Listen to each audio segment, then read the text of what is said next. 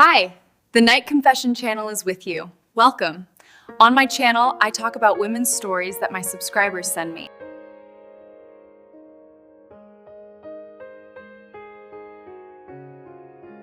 I never thought I would find myself in such a situation.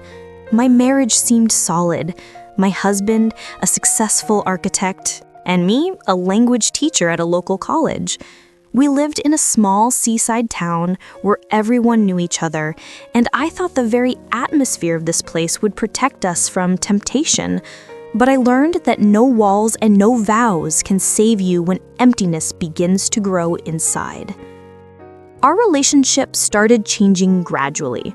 My husband stayed longer at work, disappeared at construction sites, came home exhausted and silent.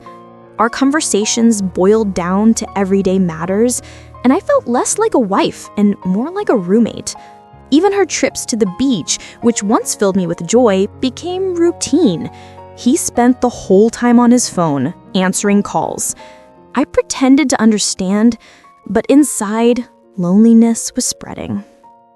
At the college where I taught, a new staff member appeared, a graduate student, a young historian named Kirill. He was assigned several courses and often came to me for advice, asking about teaching methods. At first I saw him only as a colleague, nothing more, but gradually his lightness, his genuine interest in conversations about everything from books to politics, felt like a breath of fresh air. One day after classes, he offered me a ride home. We drove along the seafront, the car windows open, the wind tossing my hair, and I suddenly realized I was smiling the way I hadn't in a long time. At that moment, I sensed danger, but I didn't pull away. Our meetings became routine. We had lunch together in the cafeteria, discussed films. He brought me books that he claimed I would love. I kept making excuses. It's just friendship. I just miss attention. But my heart beat faster every time I saw him in the hallway.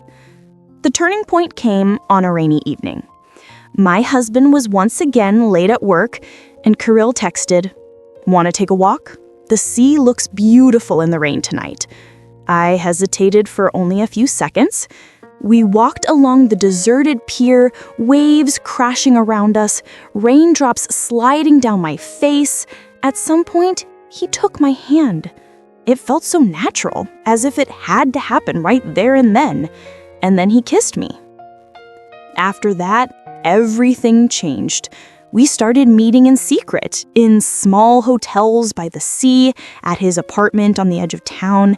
Each meeting felt like an escape into another world. There was no fatigue, no indifference, no resentment, only passion, laughter, and the feeling that I was alive again. I knew I was betraying my husband, but I couldn't stop. But secrets always surface.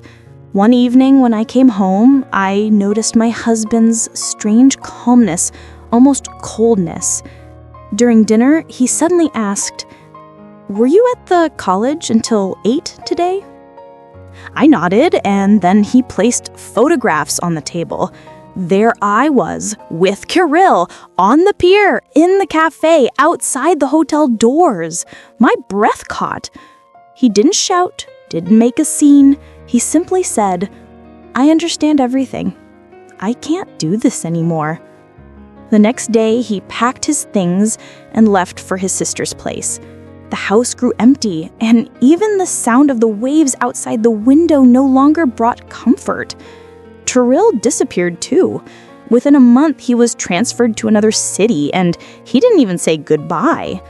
What remained was emptiness and the memory of how easily everything built over years can be destroyed for the sake of a few moments of passion. This story has become my punishment. I share it because I want to warn others. Betrayal never stays hidden. It destroys not only trust, but the soul itself. Thanks for your viewing. The best gift from you will be a like and a subscription.